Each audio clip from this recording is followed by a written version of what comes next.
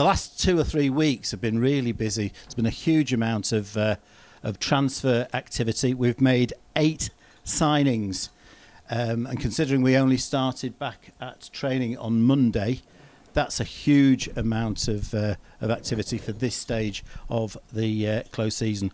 Also, and most importantly, we made the biggest signing of all, which is that Phil Parkinson, our manager, and his assistant Neil Sorville have extended their contracts for a further 2 seasons. So, Phil, we'll start with you.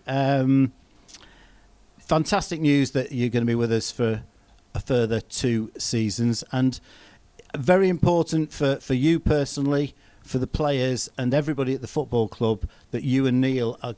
That we've got that confidence that you and Neil are going to be here supporting us over the next 2 seasons. No, absolutely. But first of all, can I address how smart Brian looks today, everyone? It's nice of him to make the effort, considering how he turned up when we did the YouTube exclusive. So I think Coyne said he turned up looking like Russell Crowe. So thanks. That was Brian. John's wife, actually. I think. It's nice to see your wife dress you today, She but has, you look absolutely dapper. Well done. On that note, absolutely, it was I think Rob called it when he did his interview, a bit of a formality, really. So it was never in my mind to be anywhere else. We've sort of grown together as a club, and when I came here and I interviewed, feels like a lifetime ago now, but in a good way. It's just been superb, and each season has been a season of progression or some kind of success in different guises. So for me, I just want to continue that journey and hopefully aim not to be the first manager sacked. That's always the first benchmark. But on a serious note, it's just a pleasure to be here, and it's a privilege to be the manager at Altrincham Football Club. You're going into your 7th season as manager of Altrincham Football Club. 7 seasons in the world of football is a long time for anybody to stay at a football club. I think so, and if you look at all my interviews over the years, I've aged badly. So it is a long time, and it's something that, again, I don't undervalue or don't appreciate the faith that the board have put in myself. And obviously I'm speaking about myself right now, that it's me and Neil who do it together, and we've done it since we've been here that way. But from my point of view, it's something where I feel that we've fulfilled what we said we would do as well, and it's not just out of sympathy that the keeper's here, it's because we've done well for the club and will continue to do that. So the board are very successful in their own fields, and they would see weakness in myself and Neil, I'm sure. Hopefully they see strength in the fact that we can keep driving the club forward. It's very important that the chemistry, the combination is right between the manager and the assistant manager and the coach, and clearly with you and Neil, it very much is, and you are very much a package. Yeah, we are, absolutely. I mean, we spoke a number of times about if this is what we both want in terms of the roles that we have, because it's got to suit both parties, and I feel that it does work. And I think we used to scratch our heads at the start and wonder why it was so successful. We are very different individuals, but bring unique qualities to the sort of fray. So it works for different reasons, and we've had success, and Altrincham have sort of bore that success of us working well together. Now we've got the Director of Football as our other guest, Rob Esteva. I'm going to ask you, Phil, first, before we bring Rob in. But Director of Football here, Rob Esteva. How important is the relationship between you and Rob in terms of the running of Altrincham Football Club? I think it's imperative, to be honest, and I'm not just saying it because he's standing right next to me now. He's a big reason why I've been successful in my role here, because he supports me unequivocally. Obviously, he's there to challenge as well. But ultimately, I know I work best with the freedom. I don't need to be micromanaged. I need somebody who's going to listen to me, be a sounding board at times, give me advice, be able to direct me down the right pathways, give me the information that I need when I need it, but ultimately back my judgment. So Rob's been brilliant for that with myself, and hopefully long may it continue. And Rob, will bring you in now. We're going to talk about the amount of transfer activity that we've had in the last few weeks, which is a lot of incoming players. But the most important acquisition is the management team, because they're the ones who are driving the club forward. Yeah, 100%. And we've had, it's seventh season this. I do remember obviously when, I think Bill was the other one, when we interviewed you in the Cresta Court. Didn't quite expect, you'd never think of what's going to happen 7 years further down the line. Obviously they've made it easy for us, like Phil and Neil have done a great job. The relationship's super healthy in the sense of they challenge us off the pitch, where as a board always trying to drive things forward as well in different ways. So all the bits that, I think a tweet went out yesterday about all the bits that we've done this summer, big things. There's a million small things that have happened, but we're as a board trying to do all these things. Ultimately, the product on the pitch has got to be good. We want to win football match at the end of the day. We want more people come to the ground. It helps if you're winning football matches. And if you're not winning football matches, we want to play good football as well, so that even regardless of the scoreline, everyone leaves happy at the end of the day. But the stability of having a management team in for so long is a key part of that. Whether it's on the recruitment side, it wouldn't make much sense if we were signing players on 2-year contracts and Phil and Neil only had a 1-year contract, for example. You see clubs in the Premier League, I won't mention clubs in our division, too close to home, but you see a Chelsea and players getting 6, 7, 8-year contracts.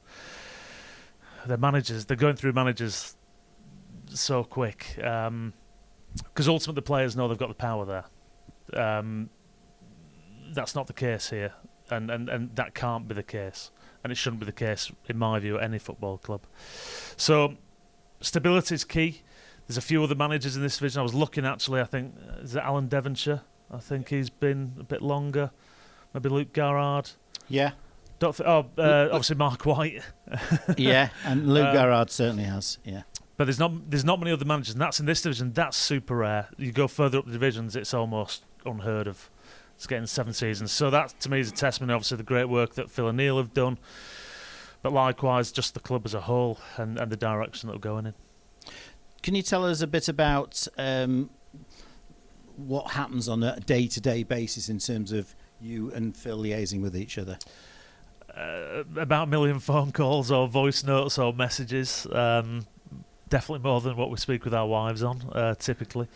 There's 1 week holiday that Phil will get, that I will get, where we both respect it unless it's something really important, and he nips to the toilet and listens to the voice note or however. But yeah, that's more or less it. It's just this constant thing, because something will always crop up, whether it's an agent throwing a player to us, whether it's an injury or something like that just crops up, whether it's something as what's seemingly trivial about winning more balls at the training ground, or whatever it is, that we're always just trying to improve the environment that everybody's working in, or whether it's something obviously that's going towards the performance on the pitch. These things crop up all the time, and my role, as much as anything else, is just to be the kind of go-between, as much as anything else, with the board and then the management team. I don't think it's particularly healthy that one reports into. We've got a large board. I've lost track of how many now. Whether I think it's 11 or 12, but you can't have one person reporting into 11 or 12 people. It doesn't make sense. I filter things out both ways, make decisions at certain points, which is under my remit. Anything on top of that, it goes to the board, and likewise, I'll filter things back from the board to Phil and Neil as well. So, yeah, that's more or less the. We challenge each other. There's tough conversations. Obviously, over a period of time, we've got that respect now that which you've got to earn on both sides, and it's a smooth way of working. We've just started our second season as a full-time professional football club. during the last 12 months, a huge number of lessons will have been learned. But I think it's fairly clear that the decision that was taken, and it was a very, very important and close decision, I believe, to go full-time last year, has proven to be the correct one. Yeah, I think so. Ultimately, if you're in this division and you remain part-time, I think we think there's going to be two this season, two other teams that remain part-time. Eventually, you will go down. Eventually. And whether that's Phil and Neil have moved on elsewhere, whether that's we've had bad luck with injuries, whatever that could be, you will go down at some point because all the margins from being full-time are just that much greater. I think the biggest learning that I think that I've made is you can't just say you're full-time, and then just do things like the same way we used to, but okay, we've just got more time with the lads now. We've got to raise all the levels of everything that we do. Something as trivial as having ice baths, and small bits that are just a real marginal gain. But there's a million things like that we've just tried to do over the course of the season, and we did loads of research. Spoke to Stockport, spoke to Guiseley, people that have done things really well, some that have found real challenges. But until you're in it, it's very difficult to know whether that's the training facility, whether you need a gym. We've converted the huge garage into a gym at Edgerton. Is it perfect? It's not perfect, but it's on site. And all these little bits that we've kind of just worked through. And again, we'll get Phil's thoughts obviously on how pre-season's gone the first week this week, but we've stepped it up another level, and we tried to do that throughout the course of last season, and we're trying to do it all the time, to be honest. And because if you don't keep, everyone says this around the club, which is good because it means everyone's on the same page. If you stand still, you're going backwards, really. So we're constantly trying to move things forward. Can you tell us how the recruitment process works at Altrincham Football Club? Because clearly there's quite a number of people involved, and it's a very detailed and scientific process.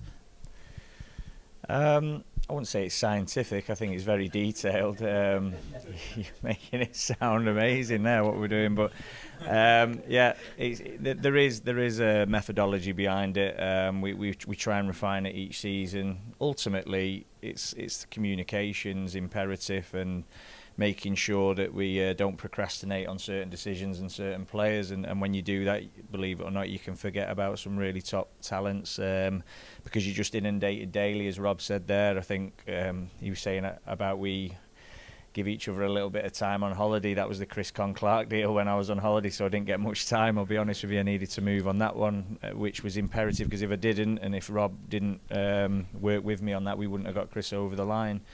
So that was quite intense, that period in time. So most managers will know what targets they want. Any manager worth the salt will have lists, and that's reinforced by Rob and his team doing a bit of research for me. Carl Morrison being heavily involved in that, a number of different scouts. There's been a lot of people inputting, but ultimately that is my job. That I've got to select the players that I think suit our system. And it does come down to my judgment calls a lot of the time. Obviously, I listen to everyone. I don't know everything, and I'll take everybody's input on board, but there has to be one person who makes that decision and pulls the trigger, and that falls on my head. And if I get it wrong, guess what? We don't win games of football. But 9 times out of 10, we get them judgment calls right because of the collaborative methods that we put in place. So the process is lots of communication, lots of lists going all season round. It's not like we're just working in transfer windows. And also what we're really good at is seeing where we're potentially going to lose players, as we have done non-stop last couple of seasons, but for the right reasons, because look what we've been able to reinvest in the club. I think I was listening to one of Chris Millington's interviews previously where he commented on our transfers and the fact that we're paying transfer fees now. That's because of our model's been exceptional. This man drove that in particular in terms of painstakingly, from my point of view at times, that we're going to bring this player in and we're going to sell this player. And although I'd like them a little bit longer, we're seeing the fruits of that labour and that vision as well. So we had a vision and a plan. I'm quite big on that in terms of making sure that we've got an idea and we're able to back it up rather than it just being an idea. And we're seeing the benefits of it now, being able to use transfer fees to reinvest in our squad. So it's not somebody putting their hands in the pocket, although there is an element of that. There's prudent planning and efficiency in what we're doing in terms of the fact that we've sold these players on, not for masses of money, but reinvested in really high quality players. Whereas we've been relying on the loan market and bringing people in at cut prices in terms of to be able to make the budget work. We've been able to make it work by reinvesting what we've made on these players, and I just think it's been a huge success this pre-season. It's interesting how we have transformed as a football club in terms of the transfer market. I think when Andy White joined us in the back end of 2017, that was the first time I think we'd paid a transfer fee for over 10 years. We now are a club, as Phil's just said, that do pay transfer fees. And a couple of players have joined us. You can take this one. A couple of players have joined us who've had better offers elsewhere. Yeah, they have it more in terms of their salary, obviously, than say anything in terms of transfer fees. But we've got this growing reputation now of stability, which is massive. There's been a number of players that have left us that have gone to. I think everyone can piece together who I mean, but they've gone to clubs that have got all kinds of dysfunctional things going on. A manager's gone within a month. There's nothing worse as a player when you go somewhere and the manager said, "Yep, you're my man," and then he's gone. And we, because of the stability, that's a big one for us. The other big one is style of play. Players want to come and they want to enjoy the football. It sounds ridiculous. Everyone wants to think, it's super cool being a footballer. It's not that much fun when you're running around and just doing laps all day long in pre-season rather than doing loads of ball work, which is what Phil and Neil do. That's a massive part of it. It's and the environment then. For me, the best thing, Miles Welshairs, Carl Ferguson, on loan, back end of the season, both of them were absolutely glowing about the environment of which they were training and playing in. That's huge. And that spreads, the word spreads. Likewise, at other clubs, if it's not good, that also spreads. So when it comes down to are you going to get X amount a week or Y amount of week, we've had it where some players are thinking, well, actually, yeah, I've got a better chance here. And I've got a better chance of succeeding, better chance of progressing in terms of their careers as well. We can't hide that fact. A lot of the players that we look to recruit now, they're ambitious. They do want to go on. Everybody wants to play in the league. So there's always that kind of balance, but they see so many we tick a lot of boxes for them, and that helps us, and we're not the biggest payers. We're not the biggest payers in the division, far from it. So that enables us to get a calibre of player, which, if we didn't have all these things, would be far more challenging. There was a tweet about a week ago that was really hit home with me. It was from Solihull Moors, and essentially said, this won't be exact, but essentially said, Justin Donowa was offered a new contract by us, but has turned it down to join Altrincham. That absolutely stunned me, that we're competing with the likes of Solihull Moors, because that in itself is a massive indication of just how far we've come in a relatively short space of time. Absolutely. I mean, when we got promoted in this division, the key always was establishing ourselves as a National League team, receiving all the monies you get from, it's not big monies, but at this level rather than the National League North, and at the same time trying to grow the attendances, trying to do everything so we can be stable in this division, and then to obviously try and push on further on. That is a testimony that Justin came here rather than staying there. Oh, they've changed manager since then. So maybe there's other bits going on, but that's where, referring to ticking the boxes, we tick it for a lot of them. And now that Notts County and Wrexham are out of this division, there's nobody that we should fear. There's teams that pay a lot more money. We know that, we've seen that. But yeah, there's we now are just kind of moving up. I read some interesting bits from Halifax. Obviously, the CEO we've appointed is coming from Halifax. There's been loads of chat about that. Halifax are a very similar size club to us in many respects, certainly on the football side. So for us to kind of attract that kind of calibre of person is a testimony for the direction that we're going in now.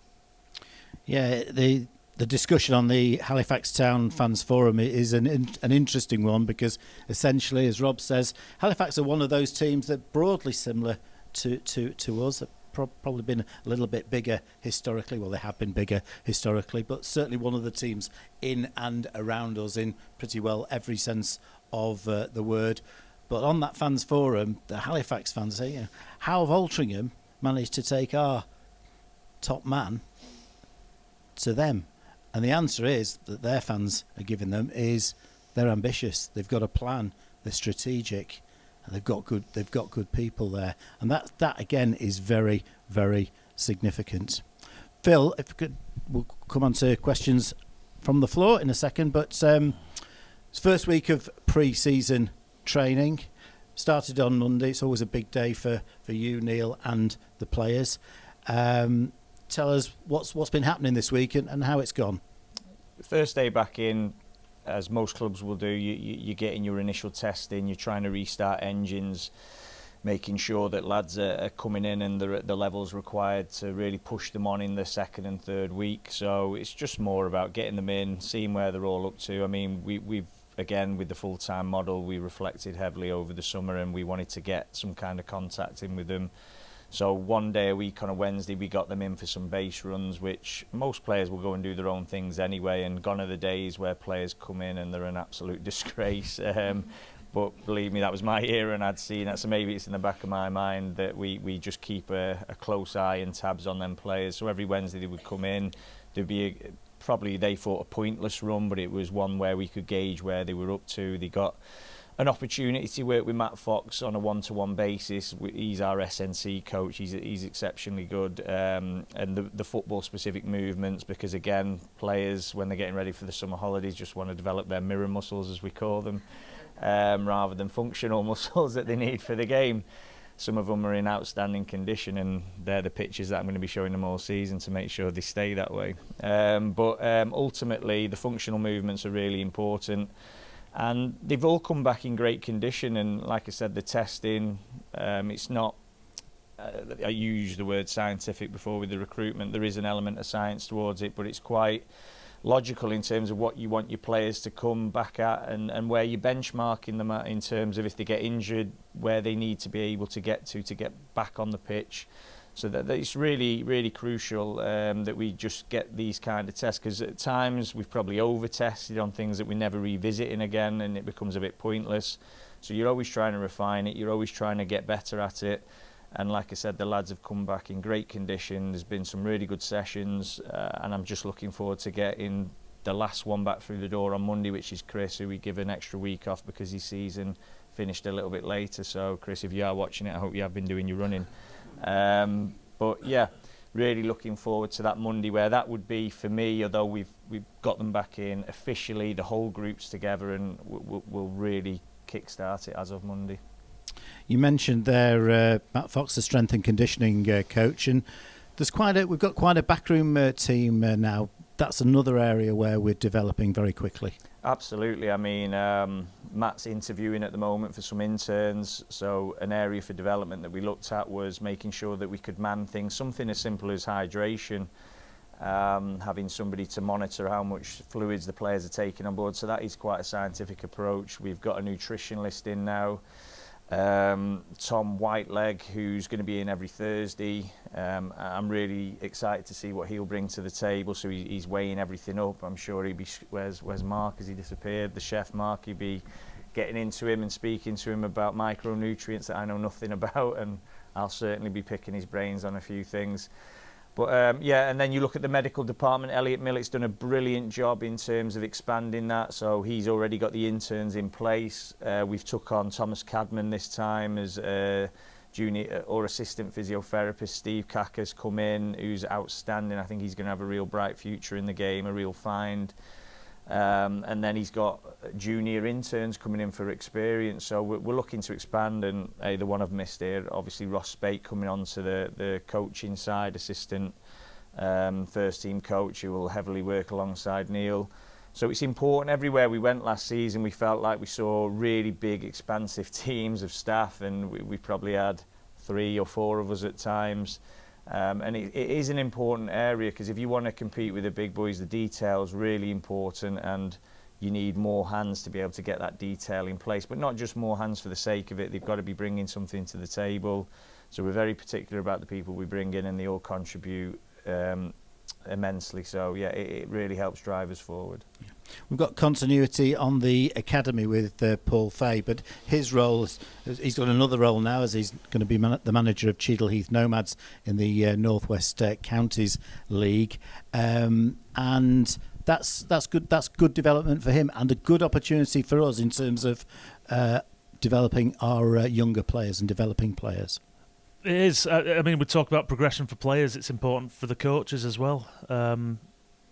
Something that both Phil and Neil have always kind of driven in for themselves as much as anything else. They want to improve all the time. And so, yeah, Paul's got that job. It's a great opportunity for him. He's still going to be obviously involved in the academy.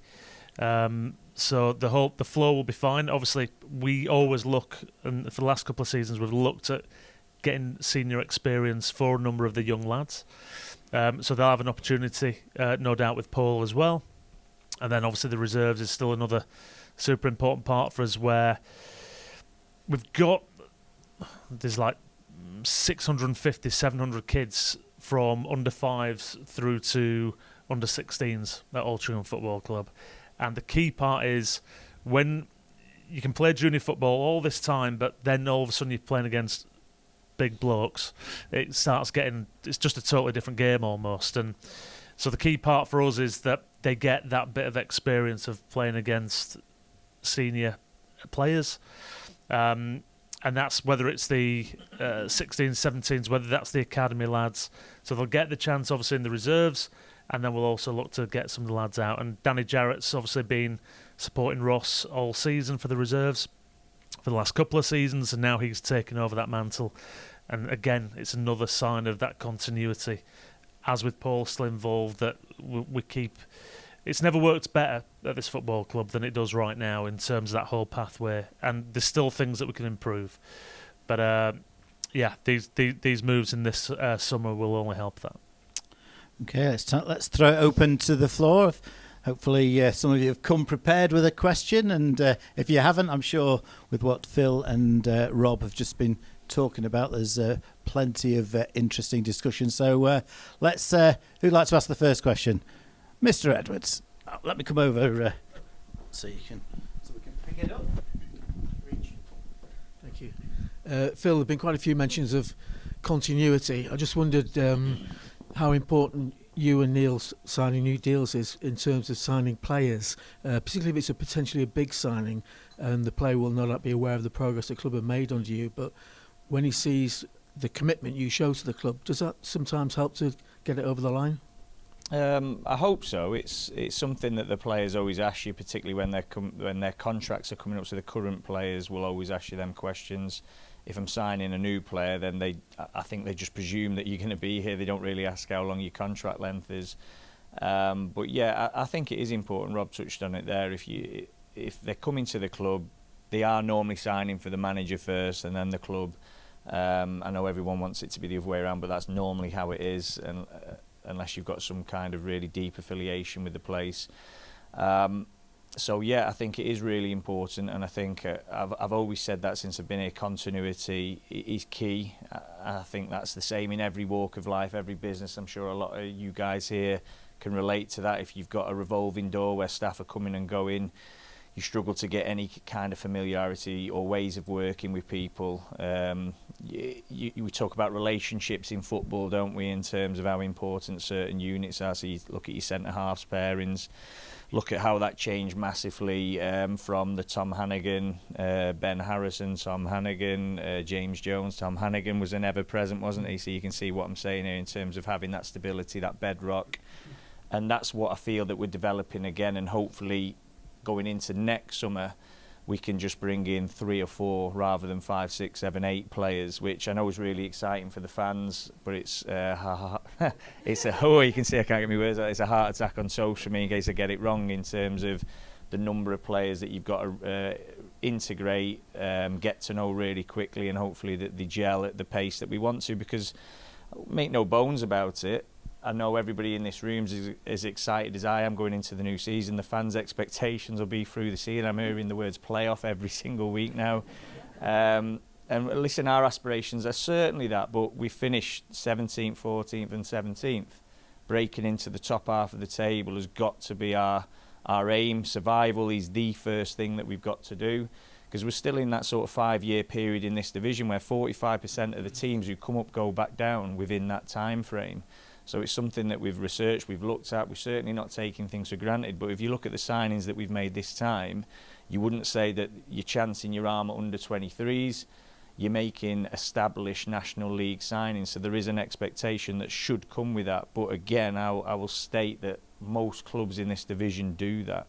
Okay, so there is an element of we're competing with some really big teams, we're making all the right moves, and as ever we've got to back ourselves on the pitch, and as ever we've got to overachieve, and that comes with continuity. Just quickly ask Rob one, No. mate. Sorry, Phil. Thanks for that. Rob, this time last year, the big decision to go full time, and everybody was excited about it, and I think there'd be a sigh of relief that first season went so well.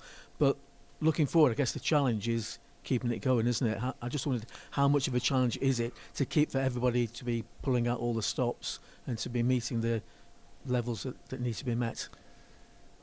It's a big challenge. I mean, if think back to, obviously the decision got made, we set a budget. The budget at this football club is what we can afford to spend. You know, there's no money purse, and there's no, you know, we didn't win in the first 9 or 10. Oh, somebody's just going to start throwing crazy monies at this. That doesn't happen here.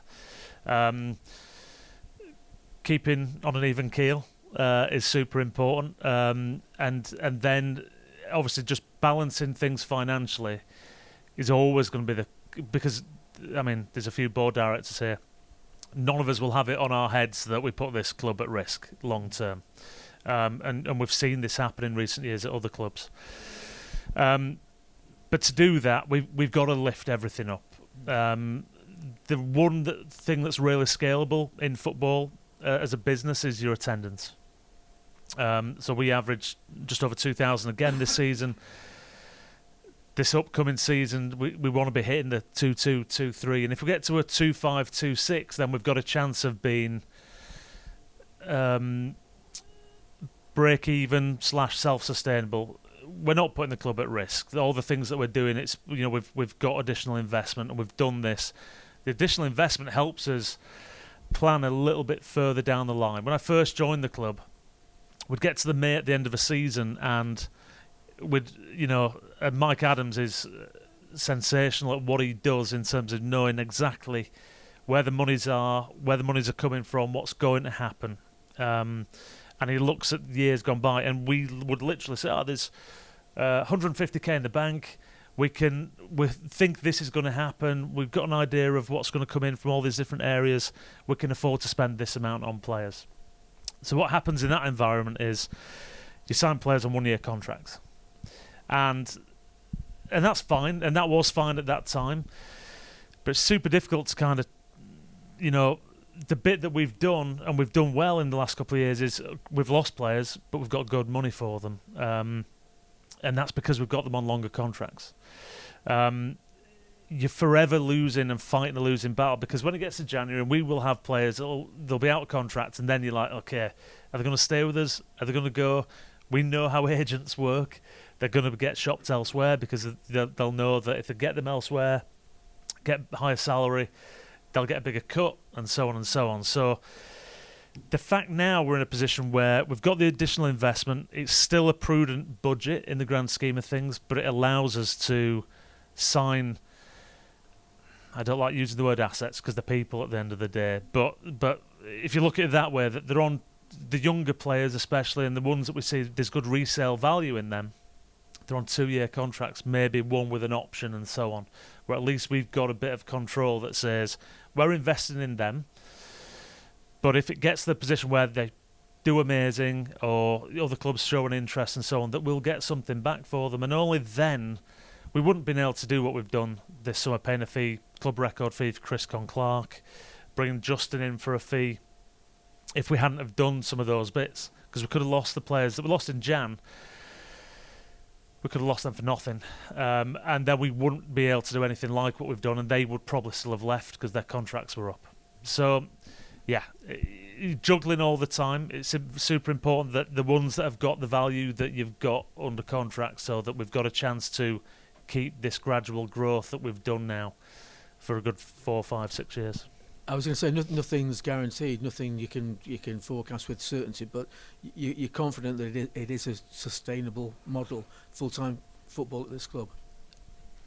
We are now in a position where we're more 2 years of planning than just the one, and so from that perspective, yes. And if there were alarm bells coming, the alarm bells would come probably in the year 1 and so on, but I won't sign a player for 2 years if I don't think we've got the money in the bank in year 2 to pay somebody's wages. It's as simple as that. So we're at that point now where we've got the stability financially that says we can do it. We don't have great monies, but because of all the things we've just spoke about in terms of ticking the boxes on the football side, it's an appealing place to play now. So it's still so young that I wouldn't want to say, yeah, in 5 years' time we're going to still be a full-time. There's so much that can change, obviously, in that time, but we've got that level of stability that gives me confidence. Cheers. Thank you, John. Right, we're going to work the tables, so let's move on to this table. Anybody on this table got a question to ask? Erin. Phil, obviously, as it's been the first week of pre-season, you've brought in 8 players. You've seen this week how have they gelled, all 8 players coming into the team over the first week of pre-season training? Yes,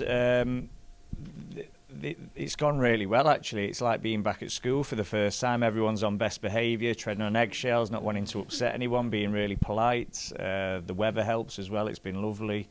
So it's been fantastic. So the gelling, we'll probably see when the pressure cranks up a little bit, when people's positions are on the line, who's starting, who's not. But at the moment, everyone's getting along really well. They're sharing ice baths, they're bonding. So yeah, it's gone superbly well. And one of the things we do is speak to them before we get them in. I mean, I would always speak to players on the phone. Sometimes geographically it can be challenging at times, unless you're willing to drive a long way, 6 hours or so to go. Well, that's over exaggerating, but 3-4 hours to go and meet a player from the Southern Division, etc., or further up north.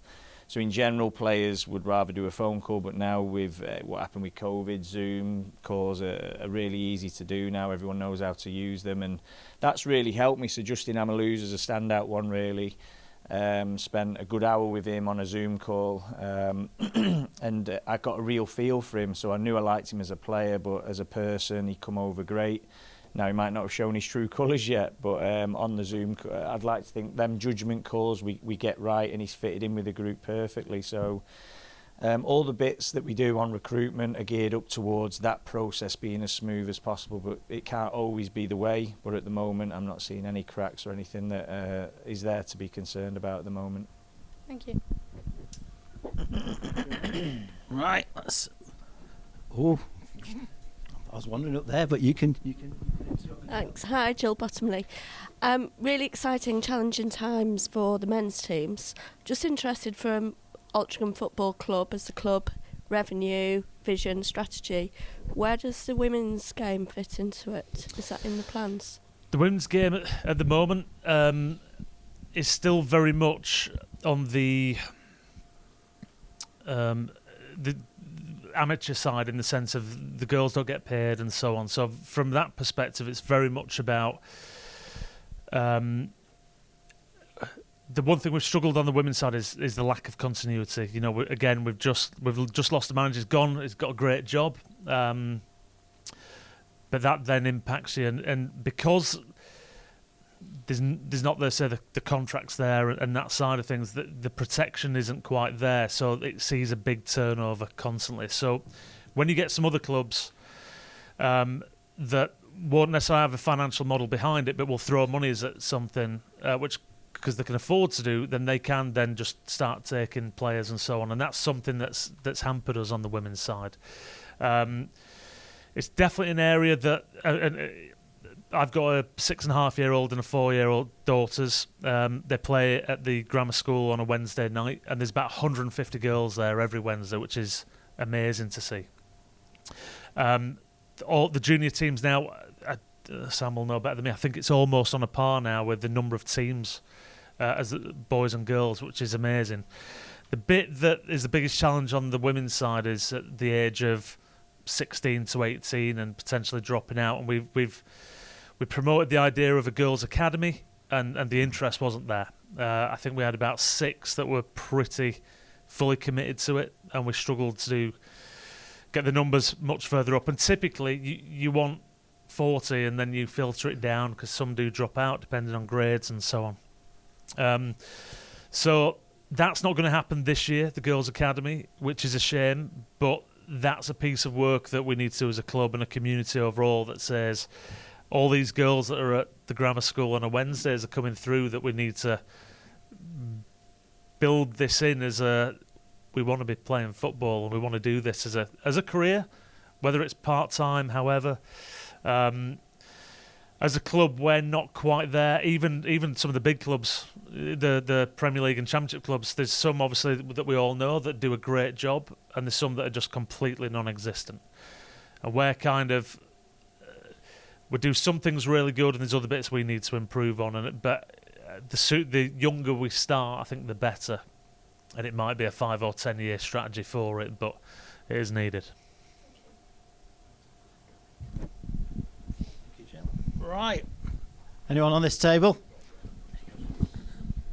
Paul Wardle, Business Plus. Where will loan signings play a part this season, and will you still have the deal you had in place with United last season? I think you had 3 or 4 players from United. We'll be seeing more United youth players this season.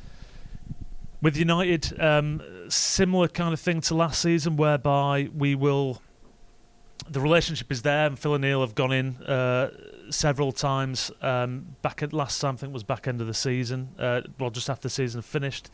What will almost certainly happen is, and even the likes of Maxi and Joe, they'll either go out on loan and they'll try and get him out to League 1, League 2 clubs, those specific players, or they'll stay with the 21s, 23s and so on, and they will probably go through for the first half of the season and see how the land lies with all of their players. Obviously they're coming here, I think it's the 30th, is it? 30th of July? 30th. It's just Sunday, isn't it? Which will, yeah. And that'll be good for us to obviously have a look at them and see what the situation is with them this season. But we're a bit driven by what happens there, and then as the kind of months go by, they'll see obviously who's shining, who isn't, who goes out to League 1, League 2 clubs, and then it feels like we are at the bottom of the food chain at the end of the day. But it was a really beneficial system for us last season. So I would imagine we'll see something from December, January onwards, potentially the end of the January transfer window for them, and then we know that they're not going to League 1, League 2 clubs, and we might have a few opportunities.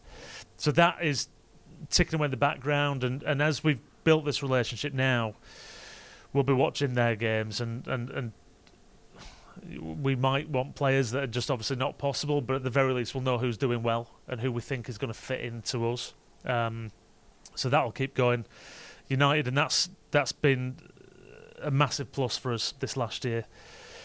In terms of other loans, obviously I think it's 21 now that are contracted for this season, and that is us pretty much, and then it will depend. There might be 1 or 2 going out on loan, there might be 1 or 2 coming in, but we're not in the position that we were last season when we were a 19-man squad. Mike Coslow got injured before pre-season even started, and then a couple of weeks in, Isaac tweaked his knee and he was out for 3 months. So there'll be that stability. I think everyone's seen with the 8 permanent signings that at least we've got that strong core now.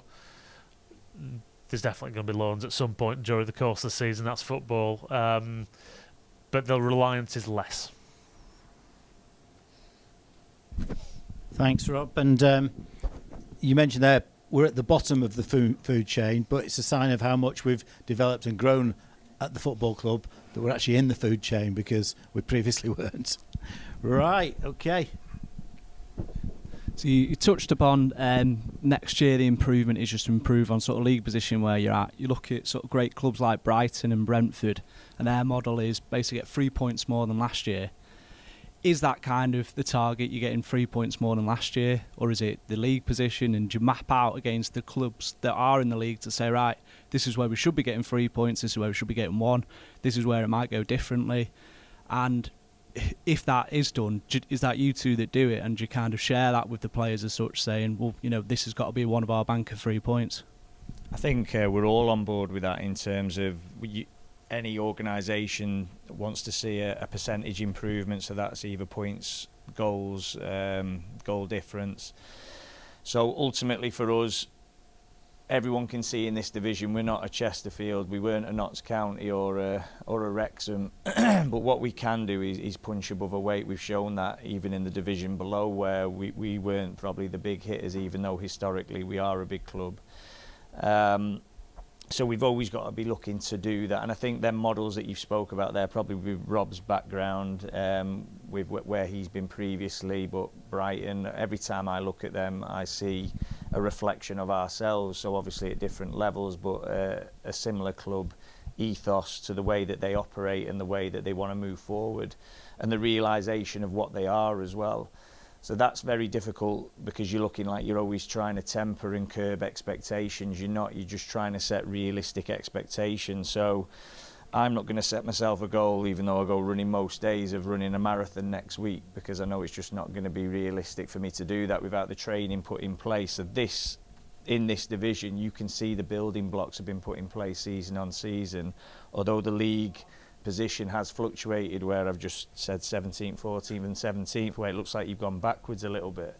But ultimately, you could see how close we were this season to being a playoff team. So our aspirational goals have got to be there, but they are aspirational, so I don't want that to be misused or misquoted in any way. They're your lofty aspirations, that's the one that you want to do, but the ones that you've got to nail is hitting the 50-point mark as quickly as possible, because that almost equals survival. It doesn't guarantee it, but you're in and around that category then. So the quicker you can do that, the better. And then for us, it's, can we get more points than we did last season? Can we concede less goals? Can we score more goals? They are our sort of short-term, medium-term goals, having a good cup run. And I think the club, if we weren't all on board with that kind of train of thinking and having them sort of similar goals, then the person at the top can have a completely distorted vision from the person in middle management, which is myself. So when them two things aren't in line, which the clubs that you just spoke about certainly are. I mean, I listened to a high-performance podcast with their director of football, his name escapes me now. And even at that level, they're looking at contingency plans for when players go. So we're talking about how we operate here. We know Josh Lundstrom was very likely to go. Rob always says to me, he's got to be ready for when I go. I'm sure the club have got to be ready when someone like Rob goes, or John Queen goes, or Sam McKenzie goes. So we know what we are as a club, but ultimately we are all pulling in the same direction, have similar goals. So where you say, are they set, probably does come from myself and Rob feeding, so he's feeding through from the board, and I'm sort of managing expectations up as well as he's managing them down. So if we're not all on the same page, it doesn't work. And you see in football clubs over and over again where it goes horribly wrong very quickly when them goals aren't aligned. It was Paul Barber, the CEO of Brighton, that one. Barber, that's but I'm lucky enough to have worked with players at Brighton. I'm lucky enough to spend time with the technical directors, the sporting directors at that club. And their 3-point model, they said they've used it to an advantage. So if you go out to the fans tomorrow and say, right, we're looking to get 3 points more than last year, a lot of fans will be disappointed by that, because they'll just be thinking, right, we've got to be playoffs, we've got to be pushing promotion. But the way they kind of said it was right to the players, and this is having spoken to players that have represented there as well, is right, well, we know we've just got to get 3 points more. How we get that 3 points, we don't know. And the managers it was Chris Hughton at the time, and then Graham Potter taking over, just kind of said, right, we don't know if this is the 3 points that's going to make us that every single game. So he's saying to players, this is the 3 points we've got to get to where we are. He's saying to the fans, right, you've got to turn out every week for us to get that 3 points. He's saying to the board, we need this little bit of extra help every single game to get that 3 points more. And that 3 points becomes, 6, 9. And that's how they've kind of lifted that. And I can see that with Altrincham. I suppose it's a message for you two to kind of convey out to everybody as well, isn't it? To get the fans, to the players every week, say, right, get us that 3 points more, and build on that every game. Yeah, I mean, one of the things that Phil and Neil do is they split the season down into four quarters essentially, and they'll look at like an 11 or 12 game period when the fixtures come out, and they'll look at things that way. I never think it's healthy to look at individual matches. You want to win every game. I mean, okay, there's some where you might change formation, you might think, we need to be a bit more prudent here, but you still want to win the game. And likewise, even as a board, I don't overreact. You think of the start of last season, you look at the fixture list and think, these home games at the start, I think we should be winning these. Well, you don't win them, and then all of a sudden, it shouldn't change, and it does in football with owners and boards where people just overreact to things. But then nobody ever thought that we would have beaten Barnet and Woking and so on, and went on that particular run. I don't overreact to unexpected results, whether they're good or bad, and you shouldn't. As long as you know that everything is at the training ground, everyone's working in the right direction, all the work is being done there. I do think you can look at a slightly bigger kind of span of games that says, right, where are we now as a club, and adjusting your aims. When we didn't win in the first 10, I always get thrown on the radio when things aren't going so well. And I was on that Monday, and it was like, nobody's panicking. And then they said, what's your aims? Well, the aim is, it's got to be survival. At that point, of course it's survival. It is at the start of the season. It is now for next season. We have to survive. Everything else on top of that is, but very much the target is you always want to have more points than last season. And do that as quickly. Survival, 50 points, and then more than last season. And constantly just keep trying to build on that.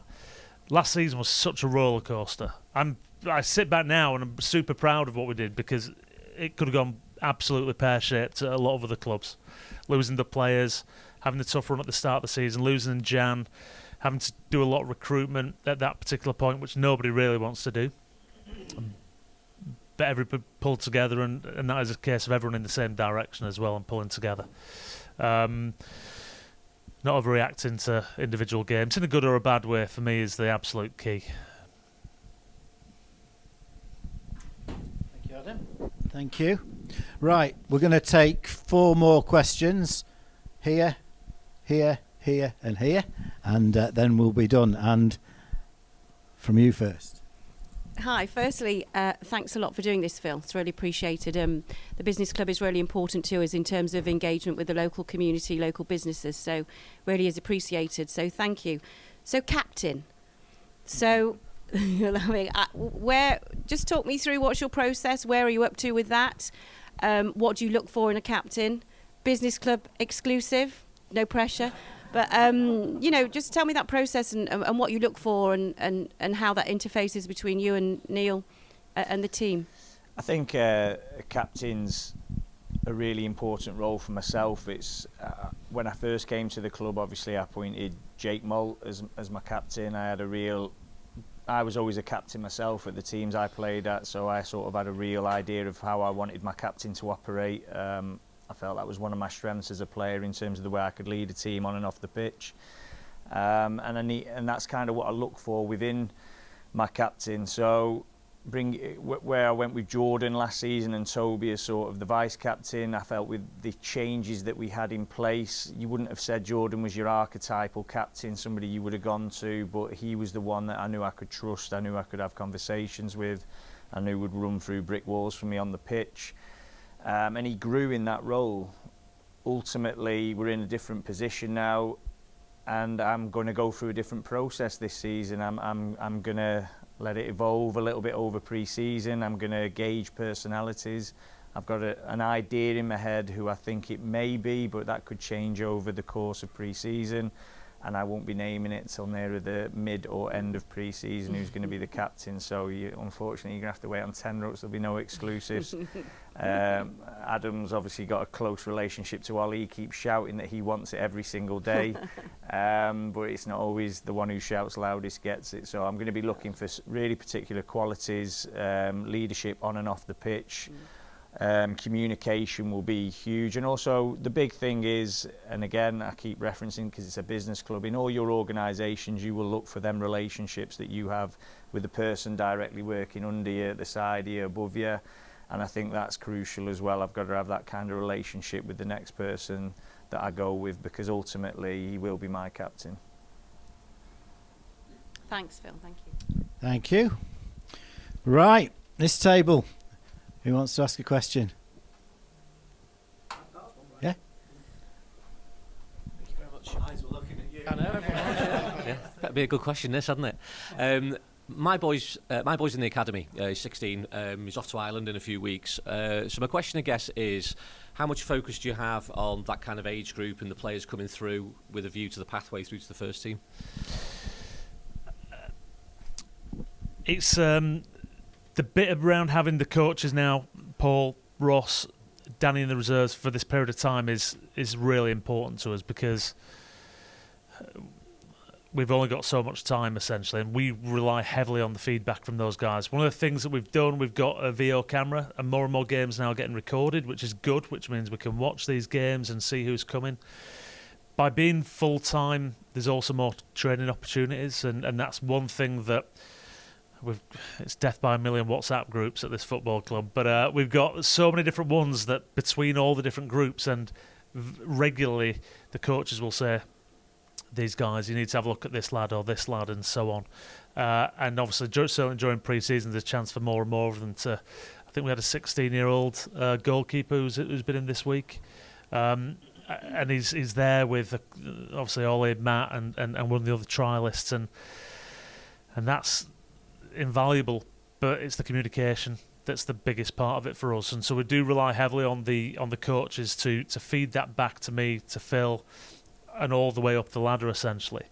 Sam's organised, and I'm guessing it'll be the first time we've ever done this at the club, but all the junior coaches all the way down to from I don't know if we're starting at 5, it might be 7 when the kind of teams kick in a bit more.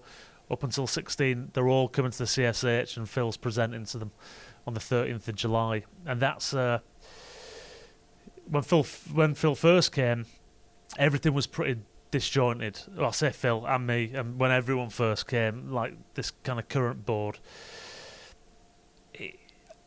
you'd see teams and they're wearing the shirt, but they're kind of just playing how they want to play essentially, or how the coaches want to play. And of course, we've got parents that are coaching further down we go, and so on. Not everyone's a highly qualified UEFA A or B coach, but we're hopeful, and by setting this session up, that these bits can just start to filter down more and more and more, and that, along with the communication, will hopefully just benefit us even more, and see the girls and the boys just get more and more opportunities. Thank you, Steve. Right, we're going to go down the bottom end of the room, because I know Mr. Johnny Crowther has a question, and then the last question, you'll get the first opportunity. If not, we'll throw it open. Thanks, Brian. I was just going to say, to start off, whoever picks the word stability in the sweepstake has definitely won the slot. But just to add to that as well, Rob, I think stability is absolutely key at this club. But the other thing that I'd like to add there is culture. I think the culture at this club is fantastic. You know, not just players that are here now, but players that have played for Altrincham and moved on. They always speak so highly of this club, and I think that to me is a massive benefit, a massive value that's really important to this football club, and I think everybody should feel proud of that. In terms of my question, 8 signings, brilliant. I mean, that's hard work to do that. But I'd like to touch on Matty Coslow as well. You know, that's like, it's got to be like for Phil and yourself, like a new signing really coming back, and how important is like Matty and Owen German as well, Phil. You know, massive for this club and a big season for him this year. Just your thoughts on those two, please. I'll start on just Matty first and foremost.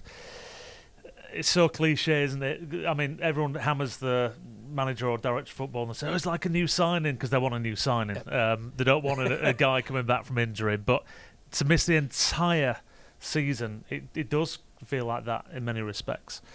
I mean, Matty's worked his socks off to get back to this point now. You know, we touched wood about no injuries. That's the biggest thing for us. If we go through pre-season with no injuries, everyone will be absolutely delighted. But excited to count on Matty again. The bit that I like with Matty especially is, I mean, my team for my sins that I've always supported is Everton. And one of my favourite all-time players is Tim Cahill. And he wasn't necessarily the most skilled player. Matt is going to kill me saying this. I'm not exactly comparing them. But he set the tone for the rest of the team.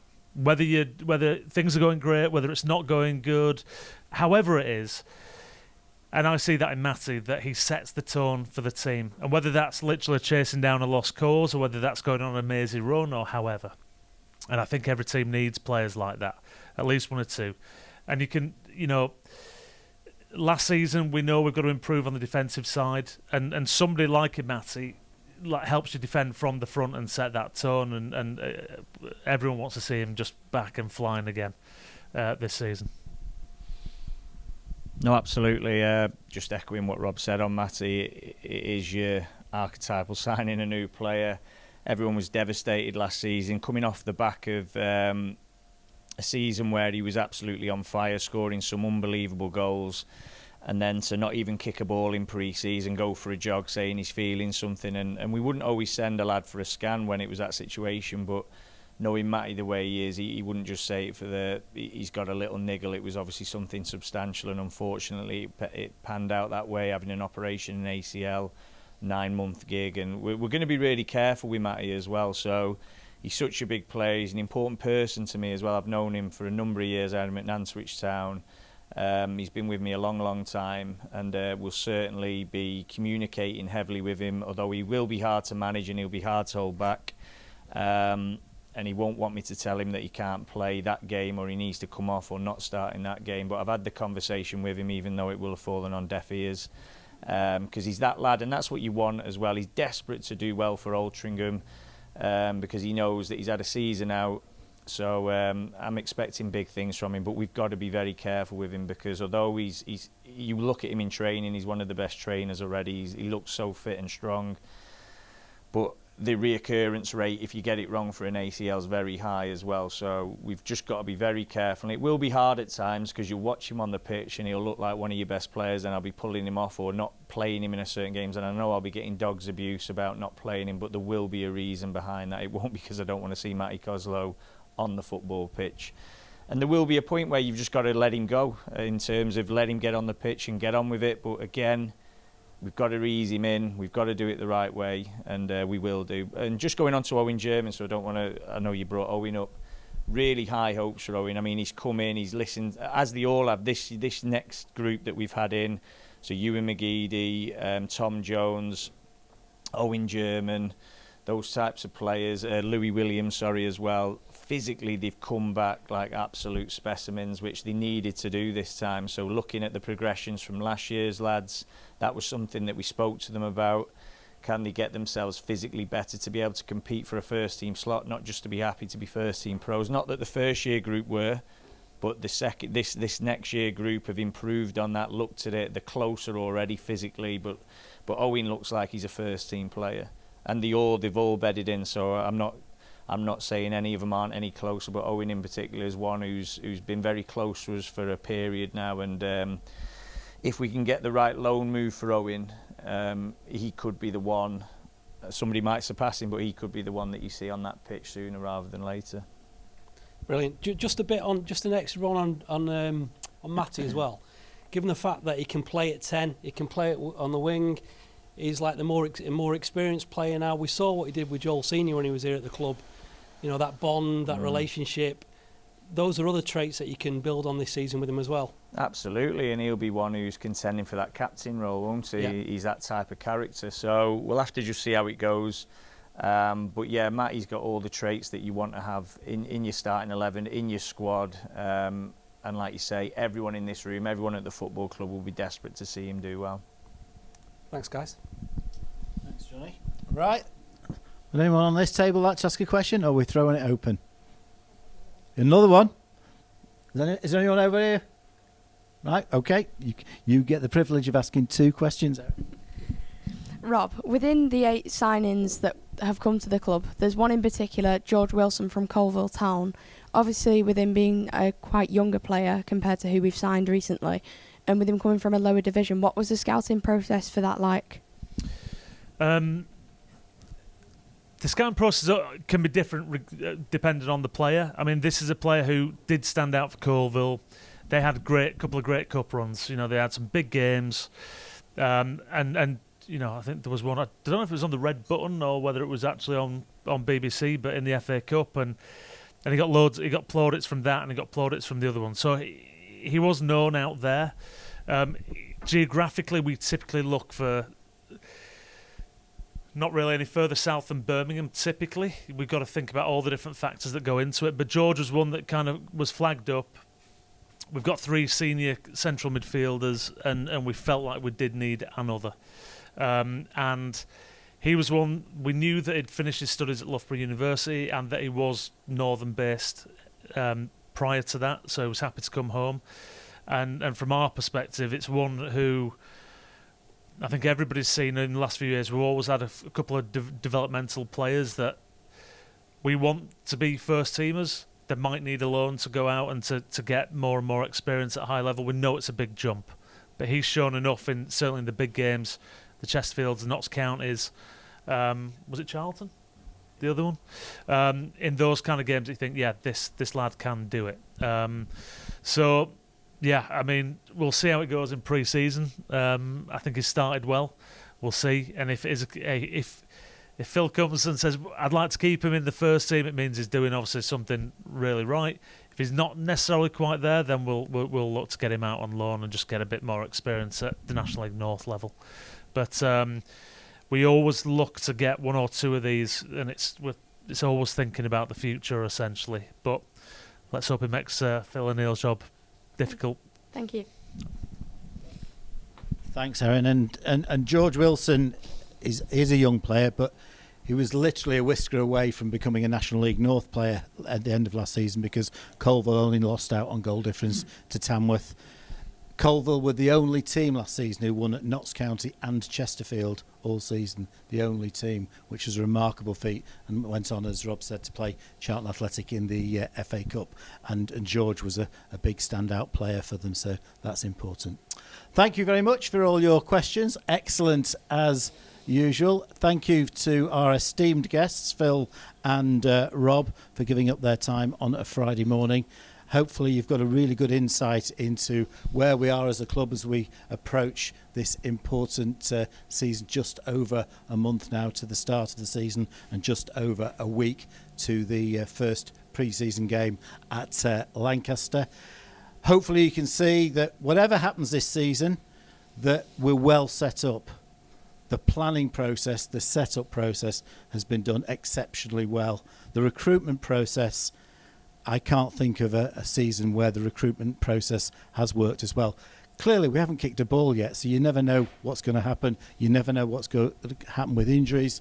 And, of course, form is always a big, big variable. But we are in a fantastic position as we approach the pre-season. So thanks again, gentlemen. Thank you for coming this morning, asking the questions. And have a great day and a great weekend. And make sure you get down to Alty to see as many pre-season games as you can. We've got 2 home games against Stockport County and Manchester United, and 5 away games. And of course the fixtures are out next Wednesday, so we'll know who we're playing on the 5th of August, and it's all very exciting. Thank you.